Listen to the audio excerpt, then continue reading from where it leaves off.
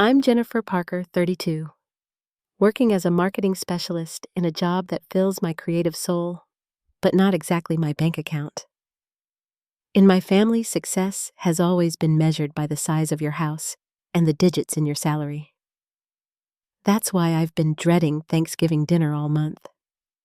Little did I know that my mother would choose the moment when the turkey was being carved to remind everyone exactly where I stand in the family hierarchy.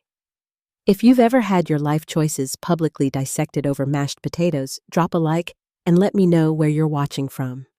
Subscribe if you've ever had to defend your definition of success to people who think they know better than you do. Growing up in Mapleton, our suburban neighborhood was the definition of middle-class America. Our house wasn't the biggest on the block, but it was comfortable enough with its 4 bedrooms and fenced backyard where Dad would grill every Sunday in summer. From the beginning, it was clear that my older brother Eric was the family star. 3 years older than me, he seemed to excel effortlessly at everything he touched. In elementary school, Eric brought home perfect report cards that Mom would proudly display on the refrigerator. My report cards, with their mix of A's and B's and occasional C in math, would get a nod and be tucked away in a drawer.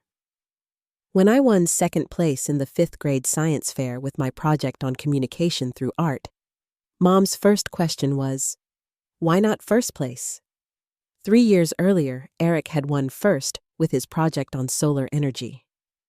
Jennifer, if you applied yourself like your brother, you could achieve so much more, became my mother's constant refrain throughout my childhood. Dad was less vocal, but reinforced the same message with his proud discussions of Eric's achievements at neighborhood barbecues, while my accomplishments rarely made it into conversation. Our house was filled with trophies and certificates, most of them bearing Eric's name. My contributions to the family shrine of achievement were fewer, mostly from art competitions and creative writing contests. Mom would look at these with a puzzled expression, as if trying to figure out how they fit into her vision of success. High school only widened the gap. Eric was class president captain of the debate team and graduated with a full scholarship to Wharton. I was involved in the school newspaper and art club, maintained a solid B+ average, and got accepted to state with a partial scholarship. At Eric's graduation, we had a massive party with relatives driving in from 3 states. At mine, we had cake in the backyard with our immediate family and a few neighbors. College is where you need to get serious, Mom told me as we packed up my dorm essentials. Your brother has already lined up an internship for his sophomore year. You should be thinking about these things too. I majored in communications with a focus on digital marketing, following my interest in the creative side of business. Eric, of course, was crushing it in finance. Every phone call home inevitably included an update on Eric's latest accomplishment, followed by probing questions about my own plans. After graduation, the real differences began to show.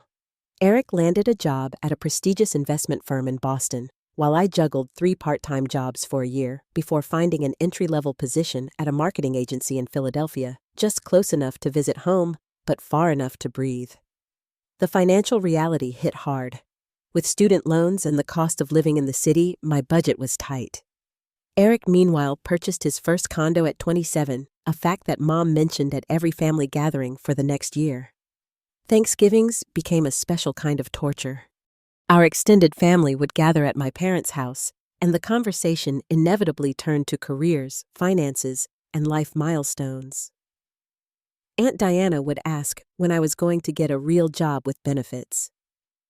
Uncle Jack would give unsolicited advice about investing, seeming not to understand that you need surplus income to invest in the first place.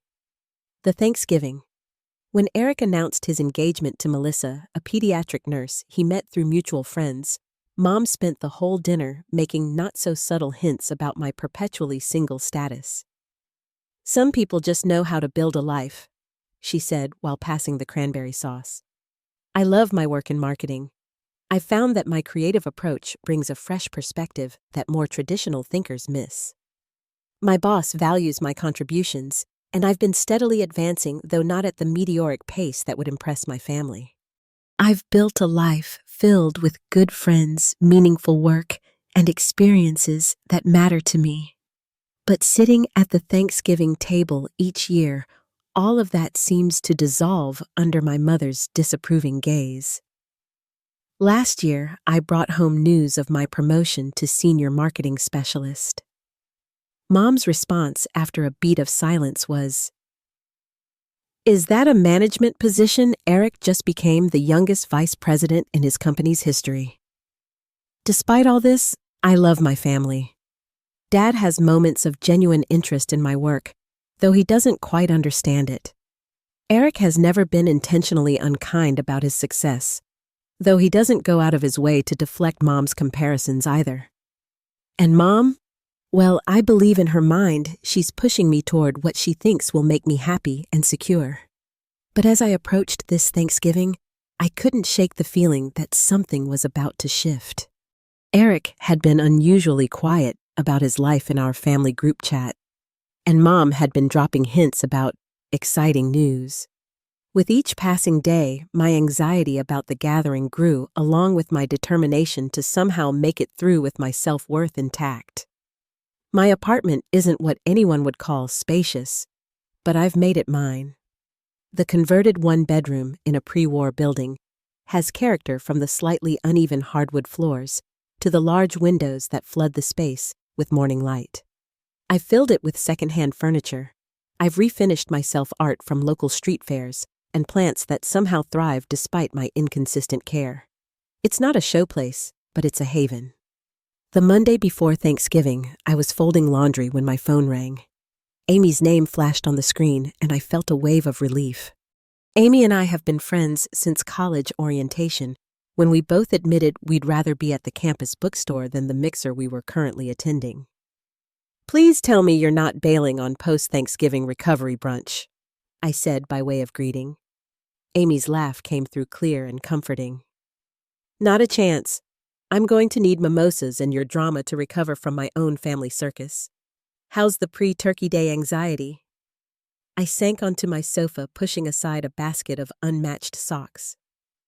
On a scale of 1 to considering a spontaneous international trip without leaving a forwarding address, I'm hovering around an 8. "That bad already? What happened?" Mom called yesterday to just check in and managed to mention Eric's mystery announcement 3 times in 5 minutes. Then she asked if I was bringing anyone special this year, in that tone that suggests she's given up hope but is contractually obligated to ask. Amy made a sympathetic noise. "Any idea what Eric's big news is?" "No clue. But whatever it is, I guarantee it will make my promotion last month look like I announced I found a quarter on the sidewalk." I had recently been given more creative control over our agency's main accounts, a significant achievement that had come with a modest raise that was already spoken for by my student loan servicer. "Your promotion is a big deal, Jen. Don't let your mom's reaction diminish that." Easier said than done when you're sitting across from her and she's giving you that look that says, "I'm not angry. I'm just disappointed that you haven't become a CEO billionaire philanthropist by age 30. We chatted for another 20 minutes, with Amy offering moral support and me promising to text her updates throughout Thanksgiving Day. Later that evening, I made a list of things I needed to buy for my contribution to the meal. Mom had assigned me dessert, which I chose to interpret as a vote of confidence rather than an attempt to keep me away from the important dishes. I decided on an apple pie from scratch, hoping the extra effort might earn a nod of approval. At the grocery store on Tuesday evening, I carefully selected apples, mentally calculating the cost against my budget for the week. My phone pinged with a text from Eric. "Looking forward to seeing you Thursday, sis. Got some exciting news to share?" The exclamation points seemed excessive even for Eric, who had become more effusive since meeting Melissa. I texted back a thumbs-up emoji, not trusting myself to respond with actual words. Wednesday night, I stood before my closet deliberating. I needed an outfit that said "successful professional" without looking like I was trying too hard. I finally settled on a burgundy sweater dress that Amy had insisted looked amazing on me, paired with boots that had been a splurge 2 years ago, but still looked current. In bed that night, I rehearsed potential responses to the questions I knew would come. About my job. The digital marketing field is actually growing rapidly, and my role is central to helping clients build their brand presence. About my apartment.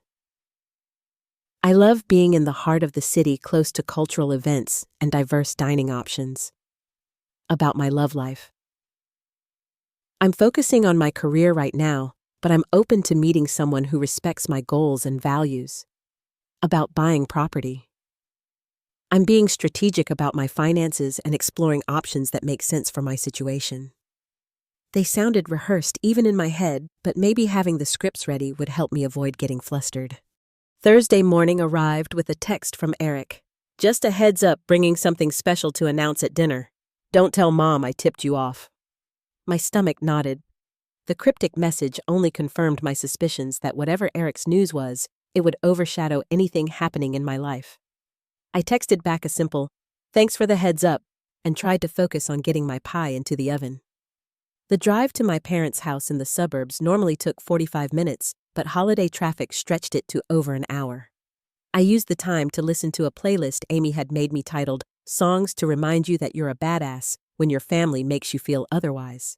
By the time I pulled into my parents' driveway, I was belting out the final chorus of an empowerment anthem, trying to hold on to the feeling of confidence it inspired. I had deliberately arrived early to help Mom with preparations, a strategy I'd employed since childhood to try to earn additional approval points. As I gathered my pie and overnight bag from the car, I took a deep breath and reminded myself that I was a successful adult with a life I had built according to my own values, regardless of whether that life fit into my family's narrow definition of achievement. The familiar weight of family expectations settled on my shoulders as I walked up the front path. Whether I was ready or not, Thanksgiving had arrived. The Parker family home looked like a holiday catalog come to life. Fall wreaths adorned the front door, and through the windows I could see the dining table already set with Mom's best china and crystal glasses that only appeared for special occasions. The house still had the same welcoming brick exterior and neat landscaping that had framed my childhood, though Dad had recently painted the shutters a deeper green that complemented the red brick perfectly. I rang the doorbell despite having a key.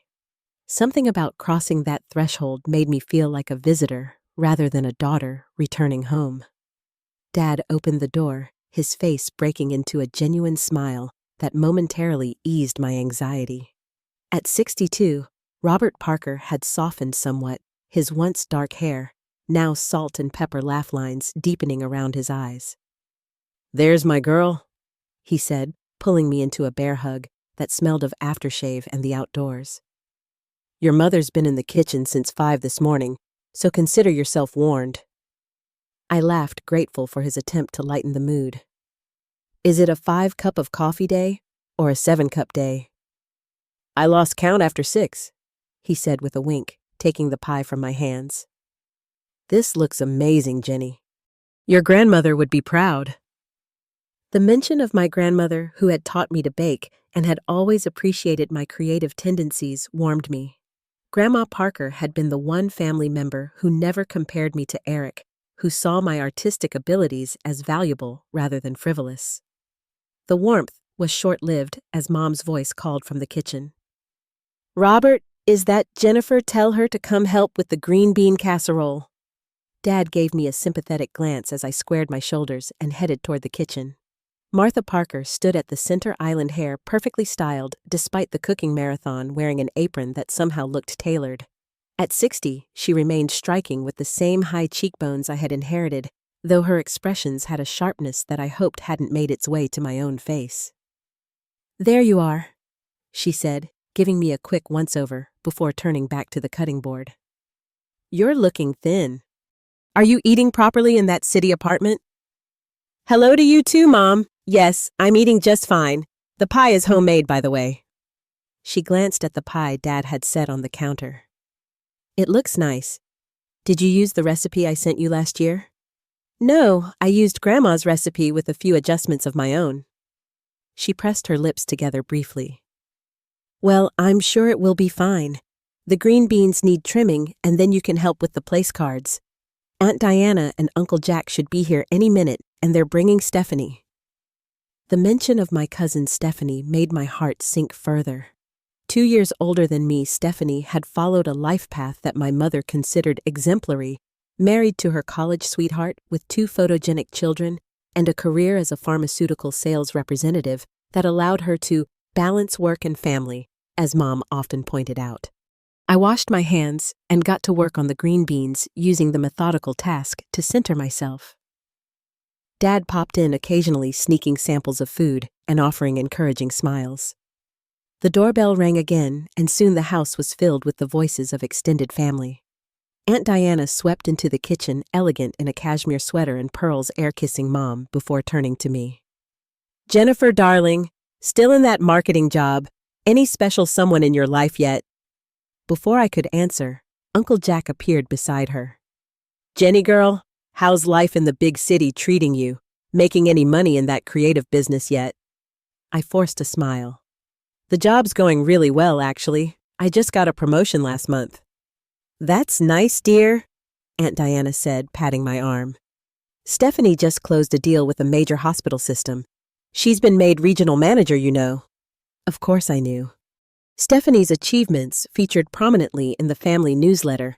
Mom still insisted on sending out each Christmas right alongside Eric's successes and my brief mentions.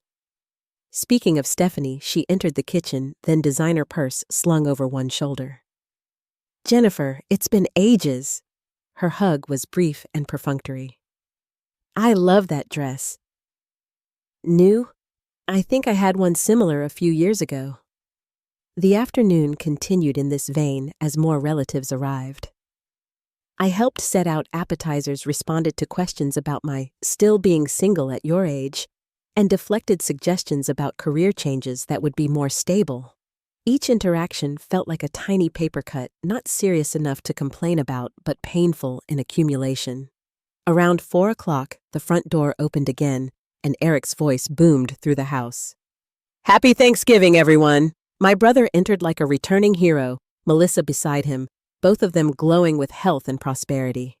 Eric, at 35, looked like a men's magazine cover in his casual but clearly expensive sweater and slacks.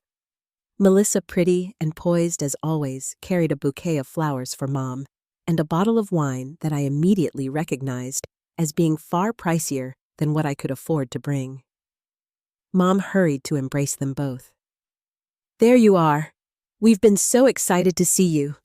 The contrast between her warm welcome for Eric and her terse greeting for me wasn't lost on anyone, though no one commented. It was simply the established family dynamic, as familiar as the smell of turkey and pumpkin spice filling the house. Eric made his way to me, giving me a genuine hug. "Good to see you, Jen. How's Philly treating you?" "Can't complain," I said, the standard response that didn't invite further questioning. "You guys look great. Boston agrees with you." "We love it there," Melissa said warmly. She had always been kind to me, seeming not to notice or perhaps tactfully ignoring the family's comparative treatment of the Parker siblings. As everyone mingled before dinner, I found myself in the kitchen again, arranging cranberry sauce in crystal dishes. Mom worked beside me, giving directions that suggested she didn't quite trust me with even this simple task.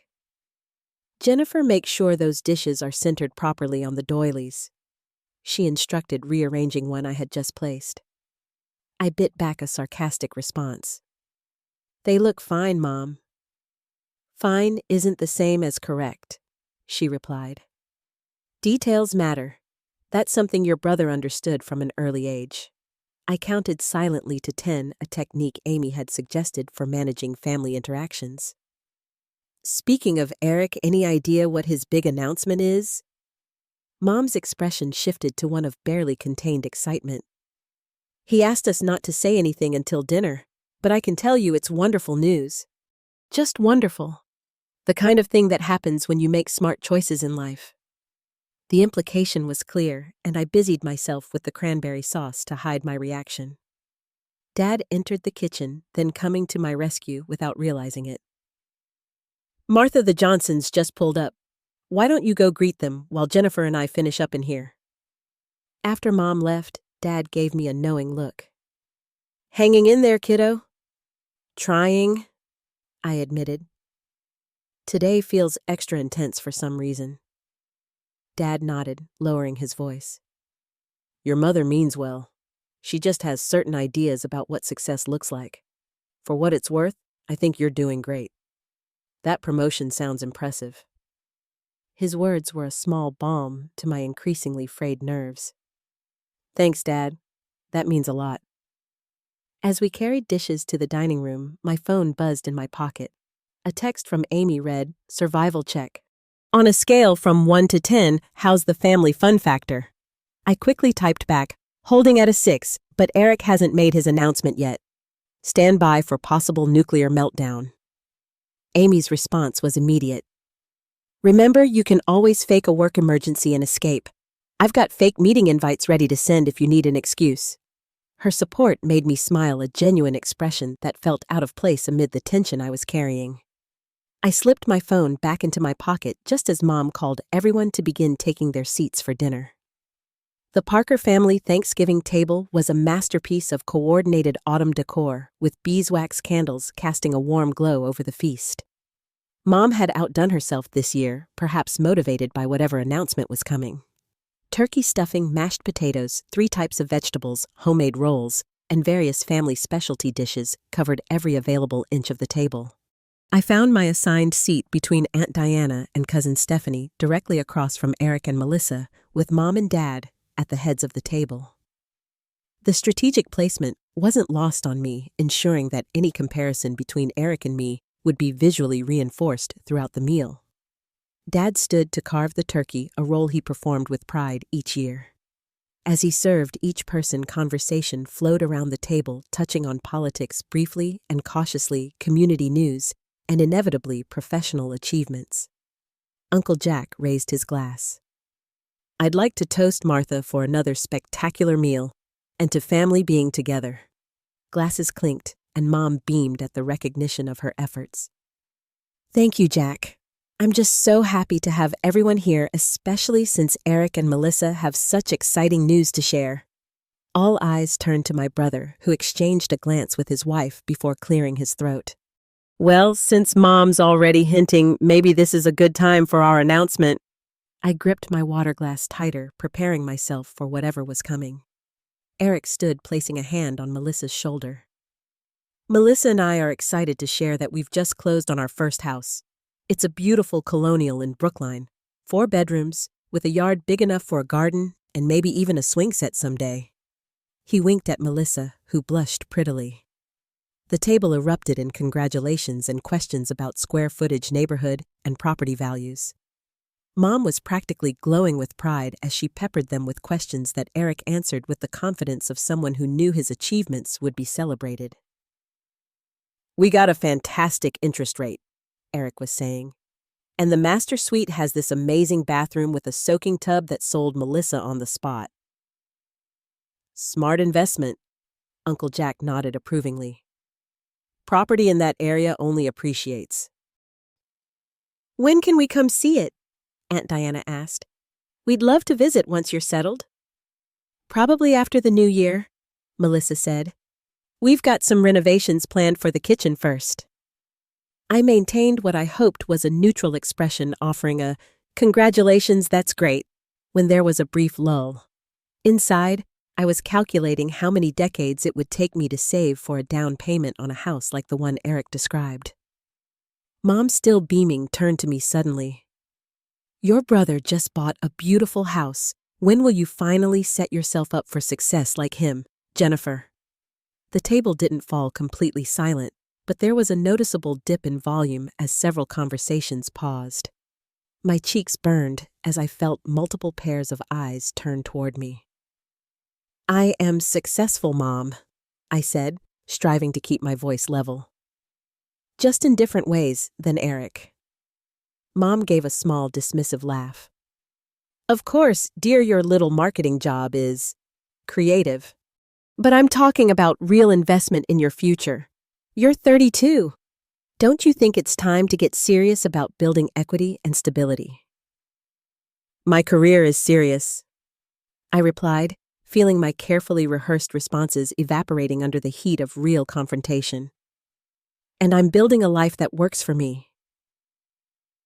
A life that works for you, Mom repeated. That's what concerns me. Always what works for you in the moment, never thinking long term. Eric understood the value of planning ahead. By your age, he had already been promoted 3 times, had a substantial investment portfolio, and was engaged to Melissa. Eric shifted uncomfortably in his seat.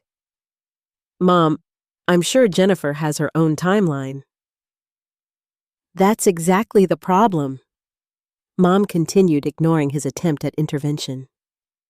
No concrete timeline, just drifting from one creative job to another, renting instead of building equity. I've been at the same agency for 4 years, I corrected, and I just received a promotion. A promotion, Stephanie interjected with feigned enthusiasm. That's nice. What does that mean in your field? More designs to make... The condescension in her tone ignited something in me. It means I now lead creative strategy for our top clients, including a national retail chain you definitely shop at. Mom sighed. That's fine, Jennifer, but when are you going to translate that into something tangible? Your brother has built something real, something that will grow in value over time. Not everyone measures success by square footage and mortgage payments. Mom, I said, my voice rising slightly despite my efforts to remain calm. Some of us value waking up every day looking forward to what we do. Passion doesn't fund retirement, Uncle Jack chimed in. Smart financial decisions do. Like the decisions that led to the 2008 financial crisis. I shot back immediately, regretting bringing up the recession that had affected Uncle Jack's investments. Dad cleared his throat. Let's remember it's Thanksgiving. We're here to be grateful for what we all have. I am grateful, Mom said, serving herself more stuffing. I'm grateful that at least one of my children understands the value of setting themselves up for a stable future. Mom, Eric said more firmly this time. But Mom wasn't finished. Jennifer, I don't understand why you resist growing up. Eric has a prestigious position, a beautiful house, a loving marriage. You have a rental apartment, no serious relationship prospects, and a job that's one budget cut away from downsizing. Don't you want more security than that? Each word felt like a physical blow. The careful composure I'd maintained began to crack. You've never understood or valued anything about my choices, I said, my voice trembling slightly. Not everyone wants the exact same life. Some people prioritize meaning over money. That's the kind of statement people make when they can't achieve financial success, Stephanie said with a smirk. Calling it a choice rather than admitting it's a limitation. Something inside me snapped.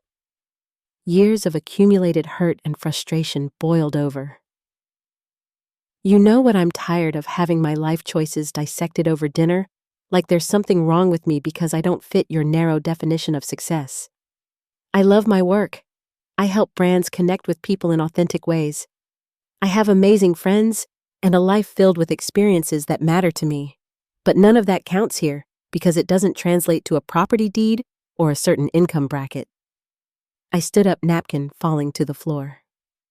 Success isn't a one-size-fits-all concept. I refuse to measure my worth by whether I'm keeping pace with Eric's life choices or meeting your expectations.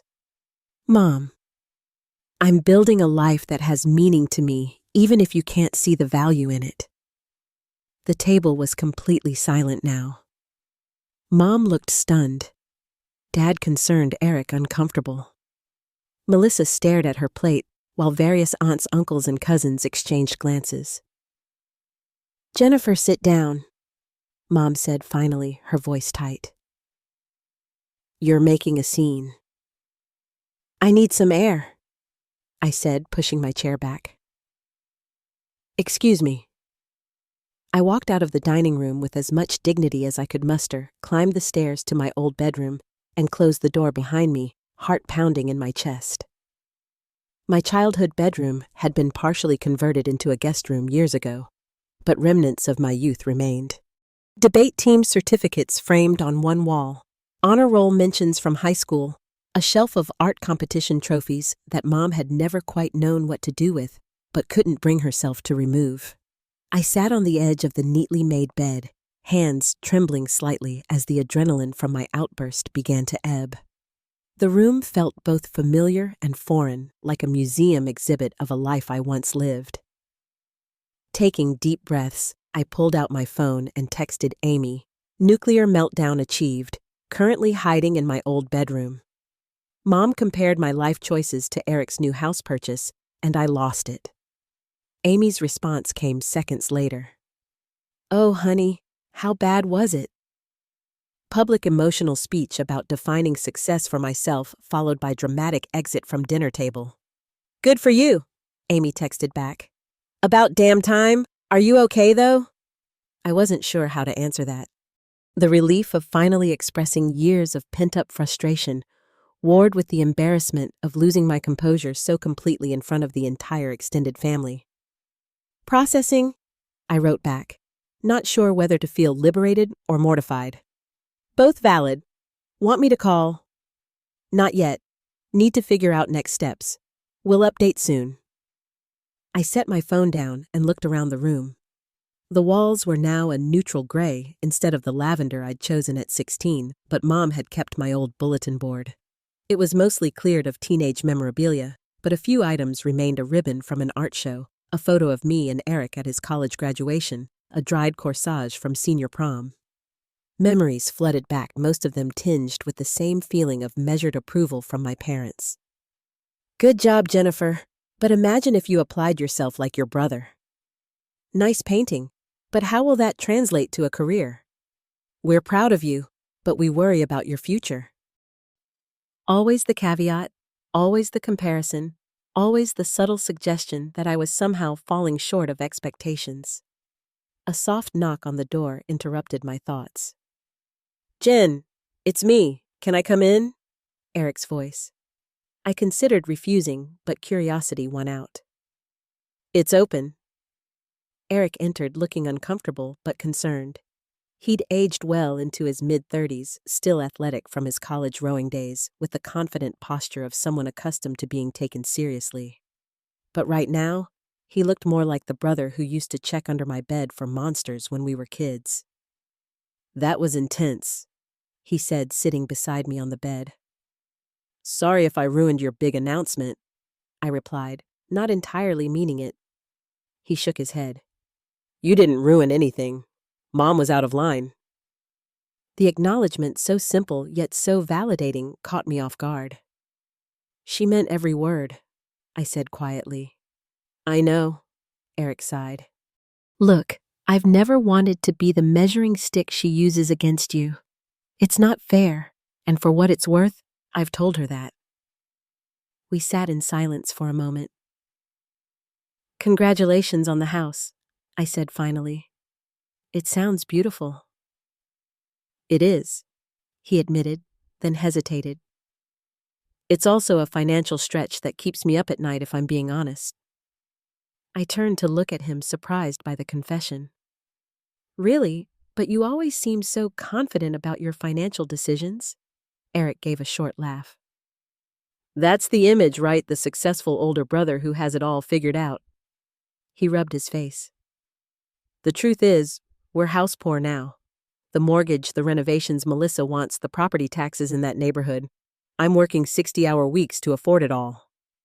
"But you love your job," I said, repeating the family narrative I'd heard for years. He looked at me directly. "Parts of it. The challenge, the concrete results. But the culture is brutal, the politics exhausting. And some days, I drive home wondering if this is really what I want for the next 30 years of my life." The admission hung in the air between us, reshaping my understanding of my brother's perfect life. "Why did you buy the house then?" I asked. "Because it's what was expected," he said simply. "The next logical step in the life plan, and Melissa loves it, which matters. But sometimes," he trailed off. "Sometimes what?" "Sometimes I envy your freedom," he admitted. "The way you've built a life around what actually matters to you, not just what looks successful from the outside. I stared at him, trying to process this revelation. All these years I'd assumed Eric was as convinced of his superior life choices as Mom was. I had no idea, I said finally. How could you? We never really talk about this stuff. Eric gestured vaguely between us. Real talk wasn't exactly encouraged in this house. No, I agreed. It wasn't. Another silence fell, more comfortable this time. For what it's worth, Eric said eventually. I think you're doing great, Jen. You've always had the courage to follow your own path, even when it was harder. I admire that more than you know. The validation I'd unconsciously sought for years came from the most unexpected source, my supposedly perfect brother. Tears pricked at my eyes, but I blinked them back. Thanks, Eric. That means a lot. So, he nudged my shoulder gently. What's the plan? Hide up here for the rest of Thanksgiving, or rejoin the fray? I took a deep breath, considering my options. I should probably go back down. Running away doesn't solve anything. Eric nodded approvingly. That's my brave little sister. He stood, offering me his hand. Besides, you haven't even tried your pie yet, and it looked amazing. Better than Mom's? I asked with a small smile. I'll never tell. He winked. But yes, definitely better. We headed downstairs together, a united front for perhaps the first time in our adult lives. The conversation with Eric had given me a new perspective, not just on my brother, but on the entire family dynamic. If Eric's seemingly perfect life came with its own doubts and pressures, perhaps Mom's rigid definitions of success deserved questioning. As we approached the dining room, I could hear the murmur of conversation resuming. Mom's voice carried slightly louder than the others as she directed the clearing of dinner plates and preparation for dessert. Dad spotted us, first relief evident on his face. Everything okay? He asked quietly as we re-entered. Getting there, I replied. Mom's eyes flicked to us, her expression carefully neutral. We're about to serve dessert, she said, as if my emotional exit had never occurred. Jennifer, would you help bring in the pies? It was as close to a peace offering as I was likely to get for now. Sure, Mom. In the kitchen, as we arranged dessert plates, Mom spoke without looking at me. I don't appreciate being spoken to like that in front of everyone. And I don't appreciate having my life choices publicly criticized, I responded, keeping my voice low but firm. We're going to have to agree to disagree about what success looks like. Mom pressed her lips together, but nodded slightly. It wasn't resolution, but it was acknowledgement. And for now, that would have to be enough. As dessert was served, the tension at the table had eased somewhat, though occasional awkward silences suggested my outburst was still on everyone's mind. I focused on enjoying my pie, which had turned out perfectly with a flaky crust and the right balance of sweet and tart in the filling. This is delicious, Jennifer, Dad said, his enthusiasm genuine. Best apple pie we've had in years. Even Mom managed a nod of approval. The cinnamon flavor is nicely balanced. From Mom, this constituted high praise. I accepted it with a simple thank you, not wanting to disrupt the fragile peace. As coffee was poured and people began to mingle between the dining room and living room, I noticed someone new had arrived. A tall man with dark hair was chatting with Eric near the fireplace, gesturing animatedly about something. Who's that? I asked Melissa as she passed by with a coffee carafe. Oh, that's Daniel Rodriguez, one of Eric's friends from his recreational basketball league. He's an architect just moved to the area for a project. He couldn't make it for dinner because he was visiting his mom first, but Eric invited him for dessert since he doesn't know many people locally yet. I watched as the two men laughed at something, struck by Daniel's easy confidence and warm smile. He seemed comfortable in his own skin in a way that was refreshing amid the carefully curated personas of my family gathering. Eric caught my eye and waved me over. "Jen, come meet Daniel." I made my way across the room, smoothing my sweater dress self-consciously. "Daniel, this is my sister Jennifer, the marketing genius I was telling you about. Jen, this is Daniel Rodriguez, who designs buildings that don't fall down, which I find impressive." Daniel's laugh was genuine as he extended his hand. The bar for architecture is admittedly low when "doesn't fall down" is considered a success, but I'll take it. His handshake was firm, his smile reaching dark eyes that crinkled at the corners. "Nice to meet you," I said. "Are you surviving your first Parker family Thanksgiving?" "So far, so good," he replied. "The pie alone was worth the trip. Your brother mentioned you made it." "I did," I confirmed, pleased by the recognition. "Family recipe with a few personal touches." "She's always been the creative one," Eric said, and for the first time I could remember he said it as a compliment rather than a comparison. "Eric mentioned you work in marketing," Daniel asked. "I've always been fascinated by the psychology behind effective marketing strategies." "Don't get her started," Eric joked, "or she'll tell you why every ad you've ever responded to worked on your subconscious." "Actually, that sounds interesting," Daniel said, and he seemed to mean it. "I think architecture and marketing have some similarities, really. Both try to create experiences that people respond to emotionally, while also serving practical purposes." The observation was unexpectedly insightful, and I found myself nodding in agreement. "I've never thought about it that way, but you're right. Both fields balance form and function aesthetics and practicality."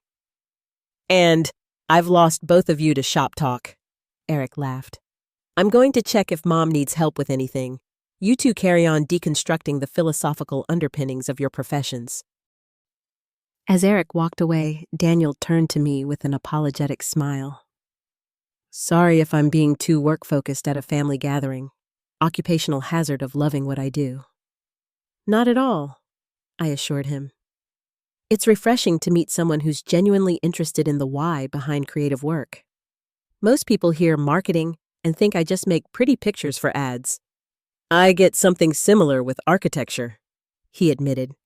"People think it's all about making buildings look nice, when really it's about creating spaces that shape human experiences and behaviors." Our conversation flowed easily as we moved to a quieter corner of the living room. Daniel explained that he'd recently relocated to oversee a mixed-use development project that focused on sustainable community spaces. "It's a challenge convincing investors that community benefit and profit aren't mutually exclusive," he explained. "But that's what makes it interesting." "I understand completely," I said. "I've been pushing my agency to take on more clients with social impact initiatives. There's this persistent myth that purpose-driven campaigns can't also be commercially successful." "Exactly. It's that false dichotomy that frustrates me. You don't have to choose between meaning and practical success." The phrase echoed my earlier argument with Mom, but from Daniel's mouth, it sounded like obvious wisdom rather than defensive justification. As we continued talking, I learned that Daniel had faced his own family expectations. His parents had immigrated from Mexico, working multiple jobs to put him through college with the expectation he'd become a doctor or lawyer. "Announcing I wanted to study architecture was not my most popular family moment," he admitted. "My father didn't speak to me for 2 weeks. He couldn't understand why I'd choose a profession with such an uncertain income path when I had the grades for medical school." "How did you handle that?" I asked, genuinely curious. "Not gracefully at first," Daniel laughed. "There were a lot of arguments, but eventually I showed them rather than told them. I brought home my designs, explained my vision, took them to see buildings that moved me. Over time, they began to see architecture through my eyes. And now my dad brags about his son, the architect, to everyone who'll listen," he said with a smile, though he still occasionally mentions that it's not too late for medical school. The shared understanding of navigating family expectations created an immediate connection between us. As we exchanged stories about creative careers and family pressures, I felt more seen and understood than I had in ages. Eventually, Daniel glanced at his watch. I should probably head out soon. I promised Eric I wouldn't stay too late since you all have family time. Can I get your number? I asked, surprising myself with the directness. Maybe we could continue this conversation sometime when we're not surrounded by my relatives. Daniel's smile widened. I was hoping you'd ask. I'd really like that. We exchanged phone numbers, and as he prepared to leave, he said, For what it's worth, your passion for what you do is obvious when you talk about it. That's rare and valuable, no matter what anyone else might think. After Daniel left, I found myself helping with cleanup in the kitchen, where Mom was directing operations with her usual efficiency. The earlier tension still lingered, but something had shifted subtly in the dynamic between us. Was that young man Eric's friend? Mom asked as she wrapped leftover turkey. Yes, Daniel. He's an architect working on a development project in the area. Mom nodded. He seemed very professional. Did you have a nice chat? It wasn't exactly approval, but it was the closest thing to interest in my social life that wasn't framed as criticism that I could remember from her. We did. I said simply, he has some interesting perspectives on design and purpose. Mom nodded again, and we worked in silence for a few minutes before she spoke again. Jennifer, about what happened at dinner. I tensed, preparing for another lecture. I want you to know that I only push because I worry about your security, she said, her voice uncharacteristically hesitant. The world can be harsh, and I want to know you'll be all right. It wasn't an apology, but it was perhaps the most vulnerable explanation she'd ever offered for her behavior. Mom, I appreciate that you care, I said carefully. But I need you to trust that I'm building a life that works for me, even if it doesn't look like what you imagined.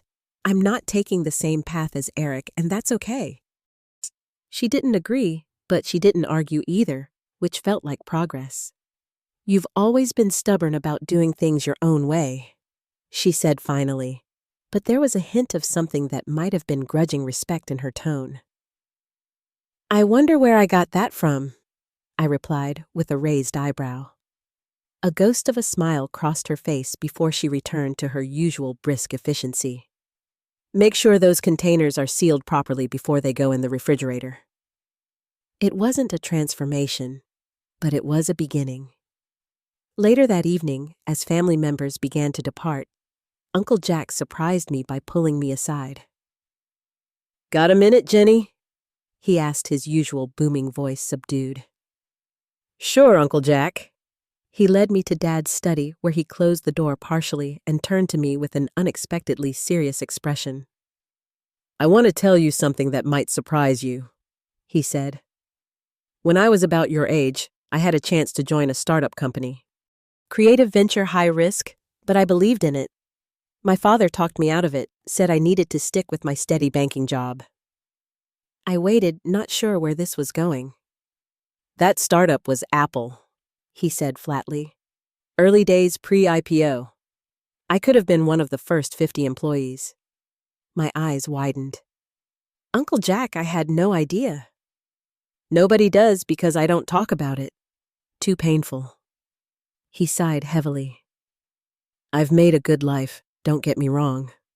But not a day goes by that I don't wonder what might have been if I'd trusted my own judgment instead of following the safe path everyone else thought I should take. The confession from my usually bullish, financially conservative uncle left me momentarily speechless. Why are you telling me this now? I asked finally. Because when you stood up at that table today, I saw something I wish I'd had at your age, the courage to define success on your own terms. He placed a hand on my shoulder.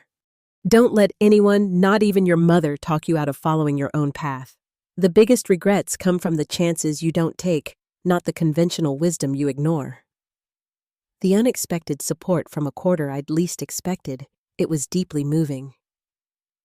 Thank you for telling me that, Uncle Jack. He nodded gruffly, clearly uncomfortable with the emotional moment. Just keep it between us. I've got a reputation as the family financial conservative to uphold. I smiled. Your secret's safe with me. As I drove home that evening, I felt emotionally drained, but oddly liberated. The day had not gone according to plan in any sense, but something fundamental had shifted. Conversations with Eric, Daniel, Mom, and Uncle Jack had each contributed to a new perspective on my place in the family and my own definition of success. I called Amy from the car using the hands-free system.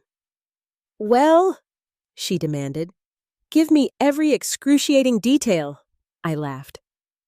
"It was transformative, actually, in ways I never expected." "Did your mother apologize for being a comparative nightmare your entire life?" "Not exactly," I admitted, but we had a moment of something like understanding, and I learned some surprising things about Eric and even Uncle Jack. "Spill everything," Amy insisted, "and don't leave out any details about the hot architect Eric's friend introduced you to. Melissa already texted me about him." "Of course she did," I laughed. "You two and your secret alliance." As I recounted the day's events, I realized I was smiling despite the emotional roller coaster. For the first time in years, I felt like I'd been seen by my family not as a lesser version of Eric, but as myself with my own valid path.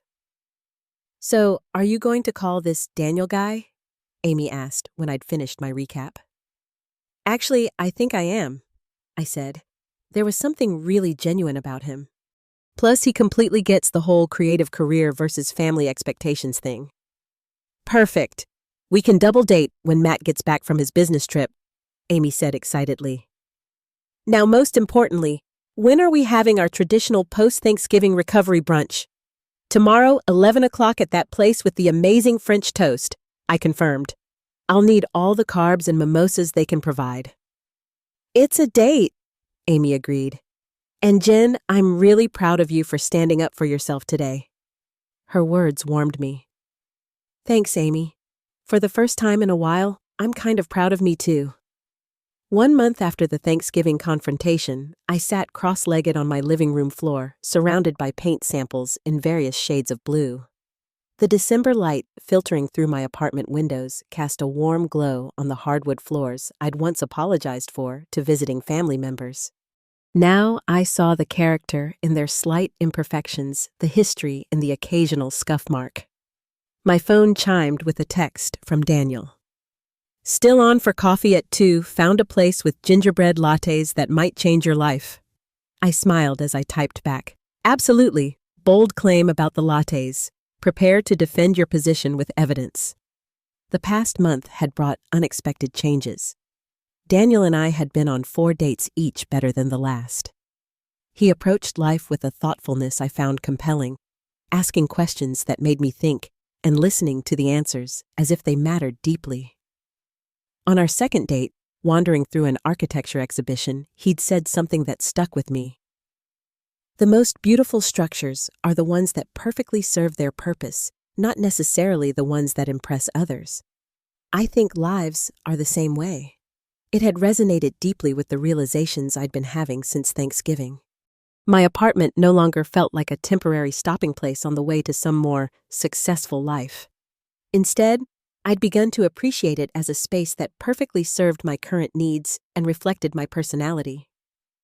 I'd started a small renovation project painting the main living area and adding built-in bookshelves that Daniel had helped design. Work had taken an interesting turn as well. The Monday after Thanksgiving, I'd requested a meeting with my boss, Claire. "I have some ideas for expanding our client base to include more mission-driven companies," I'd told her. "I've prepared a presentation on why this would benefit both our creative reputation and our bottom line." To my surprise, Claire had been receptive. "I've been thinking along similar lines," she'd admitted. "The agency needs to evolve. Would you be interested in heading up a small team focused on this initiative?" The opportunity had come with a modest raise and the chance to build something meaningful within the company. It wasn't the dramatic career leap that might impress my mother, but it aligned perfectly with my values and goals. After coffee with Daniel, I had an appointment with a financial advisor that Amy had recommended. I wasn't abandoning my creative priorities, but Eric's revelation about his financial stress had made me realize that finding balance was important. I wanted to make decisions about money from a position of knowledge rather than avoidance. I'd prepared questions about realistic savings plans that would accommodate my current income, student loan repayment strategies, and yes, even long-term approaches to eventual property ownership if and when that aligned with my goals. My phone rang, interrupting my thoughts. Eric's name appeared on the screen. "Hey, big brother," I answered. "How's life in the beautiful house?" Eric's laugh had an edge of stress to it. "The beautiful house currently has a plumbing issue that's costing more than my first car to fix, but otherwise, can't complain." "Homeownership sounds magical," I teased. "Pure bliss," he deadpanned. "Actually, I'm calling about something else. I wanted your advice." "My advice?" I couldn't keep the surprise from my voice. Eric had never sought my input on anything important. "Yeah," he said, sounding uncharacteristically uncertain. "I've been offered a position at a smaller firm. It would mean a significant pay cut, but the work is more aligned with impact investing, something I've become increasingly interested in." "And you're considering it?" I asked. "I am. After our conversation at Thanksgiving, it made me think about what I really want versus what I've been programmed to pursue." He paused.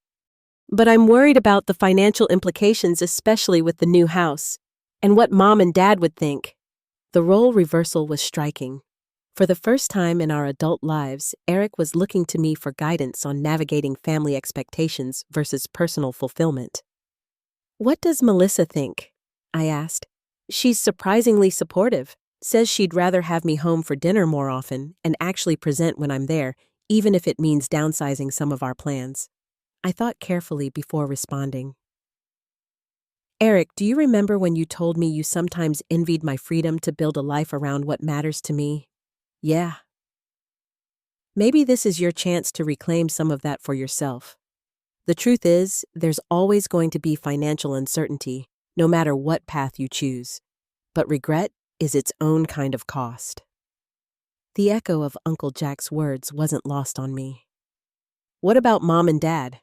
Eric asked. "Mom will probably have opinions," I acknowledged. "But here's what I learned at Thanksgiving. Her opinions don't actually determine my reality unless I let them. Same goes for you." Eric was quiet for a moment. When did my little sister get so wise? Probably around the time I had a public meltdown over pie about defining success for myself. I laughed. "Best Thanksgiving ever," Eric chuckled. "Thanks, Jen. This helps." "Anytime. And Eric, I'm proud of you for even considering this change. It takes courage." After we hung up, I sat back against the couch, reflecting on how much had shifted in just a month. The family dynamic that had seemed so rigid and unchangeable for decades had revealed unexpected flexibility. Eric questioning his career path. Mom making small efforts to curb her comparative comments, Dad reaching out more frequently with genuine interest in my work. For Christmas, I'd opted for a smaller gathering with chosen family. Amy and her boyfriend, Matt Daniel, and a few other close friends had crowded into my apartment for a potluck dinner. We'd exchanged modest gifts, played ridiculous games, and laughed until our sides hurt. I'd still made the obligatory appearance at my parents' house on Christmas Day. The visit had been briefer than usual, but surprisingly civil. Mom had made an effort to ask about my new project at work, without immediately comparing it to Eric's career. When she slipped once, making a comment about Eric's company's generous holiday bonus, Dad had gently redirected the conversation. It wasn't perfect, but it was progress. And I had realized that perfect family harmony wasn't actually my goal. Setting healthy boundaries and being true to myself was more important than winning everyone's approval. As I gathered up the paint samples, selecting a calming shade of blue that reminded me of Lake Michigan in summer, my phone buzzed with a text from Amy. "Still on for New Year's Eve at our place. Matt's college friends are bringing their legendary cocktail-making skills." "Wouldn't miss it," I replied. "Daniel's coming too. He's bringing architectural desserts, whatever that means. That man is such a nerd, Amy texted back. Perfect for you. I smiled, unable to disagree. There was something wonderful about being appreciated for exactly who I was, quirks and all. Later, as I browsed real estate listings out of curiosity rather than pressure, I found myself drawn to small, character-filled spaces rather than the impressive properties that would earn maternal approval. Maybe someday I would buy a place, but it would be one that reflected my values and priorities, not anyone else's definition of success. I closed the laptop and picked up my sketchbook, beginning to outline ideas for the agency's new initiative. As I worked, I felt a deep sense of contentment. The journey from Thanksgiving's confrontation to this moment hadn't been easy, but it had led to something valuable, the courage to define success on my own terms. My phone chimed with a reminder for my financial advisor appointment. Balance. I reminded myself. Finding my own path didn't mean rejecting all conventional wisdom, just tailoring it to fit my authentic life. The year ahead would undoubtedly bring new challenges and family dynamics to navigate. Mom might never fully understand my choices. Family gatherings would still have moments of tension. But something fundamental had changed in how I approached these challenges. I no longer felt like I was constantly falling short of some external standard. Instead, I was building a life that aligned with my own values, meaningful work, authentic relationships, creative fulfillment, and yes, a degree of financial security approached on my own terms. As I gathered my things to meet Daniel for coffee, I paused to look around my apartment with fresh eyes. This space, this life I was creating, wasn't a consolation prize or a stepping stone to something better. It was exactly where I needed to be right now, perfectly serving its purpose in my journey. Has your family ever made you feel inadequate for taking a different path than what they expected? How did you handle it? I'd love to hear your stories in the comments below. And if this resonated with you, please like, subscribe, and share with someone who might need to hear that it's okay to define success on their own terms. Thank you for listening. And remember, the most beautiful life isn't the one that impresses others, it's the one that truly fulfills you.